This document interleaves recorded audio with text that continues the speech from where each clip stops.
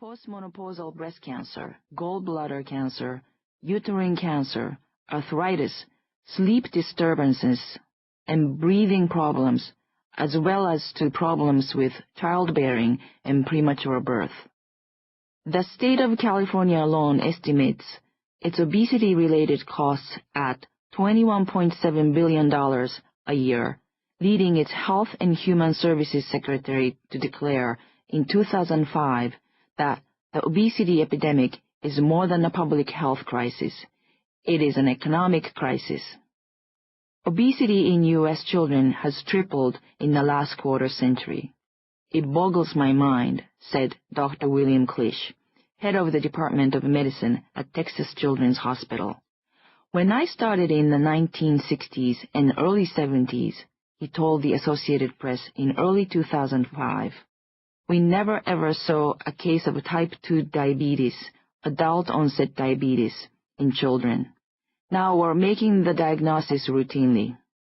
In Australia, surgeons are struggling to cope with the demand for lap band stomach operations for obese children.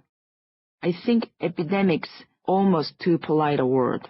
Dr. George Fielding told the Royal Australasian College of Surgeons Conference in 2005. He prefers to call it a plague. Children of 12, 13, and 14 are all getting the diseases their grandparents have, he said.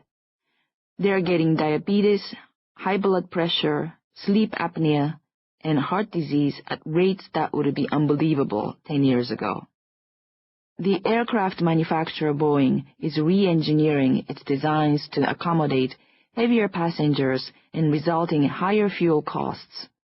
The new Boeing 787 aircraft, due in 2008, will feature wider aisles and seats and new structural material designed, in the words of a Boeing spokesperson, to counteract the increasing weight of passengers.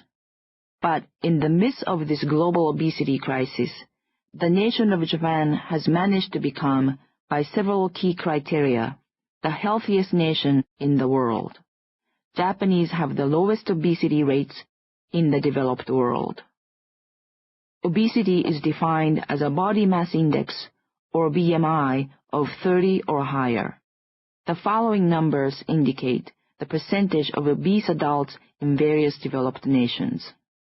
The United States, men 28%, women 34%, England, men 22%, women 23%, Germany, men 22%, women 23%, Australia, men 19%, women 20%, Canada, men 16%, women 14%, France, men 11%, women 11%, Italy, men 9%, women 10%. But in Japan, only 3% of the women are obese, and just 3% of the men. Japanese women are the world champions of longevity. Japan has become the land of immortal women.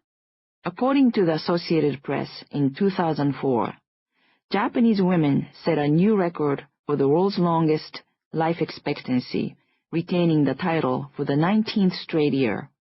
The Economist recently proclaimed that the life expectancy of Japanese men and women has been the highest in the world for a decade and is continuing to rise. Listen to the World Health Organization's latest figures for life expectancy at birth. Japan, 82. Italy, 81. France, 80. Canada, Iceland, Israel, and Singapore, 80. New Zealand and Norway, 79. Greece, Malta, Netherlands, and the UK, 79.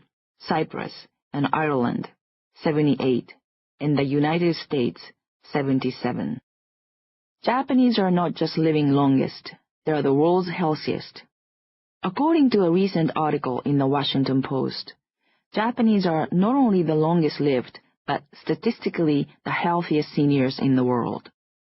The typical Japanese now enjoys at least 75 years of relative good health, according to the WHO's latest healthy life expectancy figures, which in contrast to the life expectancy figures, estimate the average number of healthy, disability-free years a group will live. Japanese women expect the most years of healthy life expectancy at birth among all men or women in the world's 192 nations, 77.7 years of good health. Japanese men enjoy the most years of healthy life expectancy among all men in the world's 192 nations. Japanese people have the most years of healthy longevity among all nations, beating the French and Germans by 3 years, the British by 4 years, and the Americans, who rank 23rd in the world, by almost 6 years. Japanese are achieving this while actually spending less on healthcare, just half the amount per person per year compared to the U.S. All this leads up to an intriguing question, which could be called the Japanese paradox.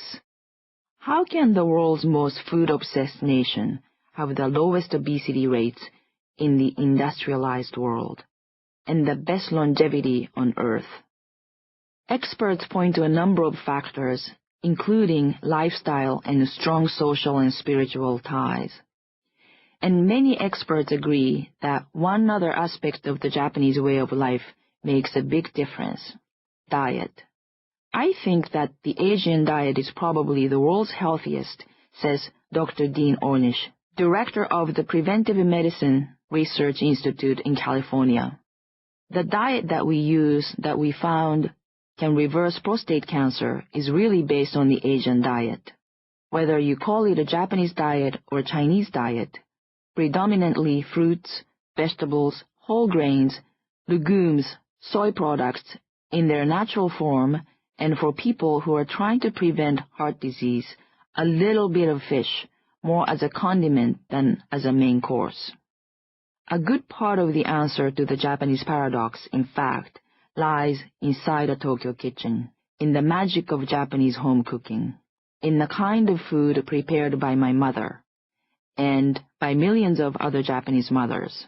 And that is what I want to tell you about in this audiobook. However, this is not a diet program, and I'm not going to tell you how to make sushi. My mother doesn't make sushi that often, and I don't make it at all. I love eating sushi, but I leave sushi making to the experts. In other words, this is not about Japanese restaurant food. Japanese women don't get old or fat is an introduction to a whole new way of eating at home, Japanese home-style cooking. There is some overlap with Japanese restaurant cuisine, but a lot of what Japanese eat every day with their families is different and easier to make than what you may expect. This is an audiobook about discovering the joy and fun of everyday Japanese home-style cooking. And it's a program that explores the opinions of a number of the world's experts on longevity and obesity, who offer their insights on the subject of how Japanese food habits may be contributing to the extraordinary good health of the Japanese people. Finally, Japanese women don't get old or fat will tell you about some of the classic dishes that Japanese women make for their own families. I think you too can start to make Japanese home-cooked dishes, and I think you're going to be great at it. And when you do, I'm pretty sure of one thing: you're going to feel fantastic. Chapter 1. My Mother's Tokyo Kitchen. My mother, Chizuko, sends me emails from Tokyo all the time. She sends them from her mobile phone when she's in the kitchen or the grocery store, when she's online to buy tickets to a show, or when she's waiting for a train in a Tokyo subway station. She wants to know how my husband Billy and I are doing, when we're coming over to visit, and what we're eating. To help us with our project, she's been sending us her recipes and food tips by email and via fax, sometimes writing little diagrams of vegetables like mountain potatoes. She's a self-taught natural master of Japanese home cooking who never refers to a cookbook. It's all in my brain, she explains. Like many mothers in Japan,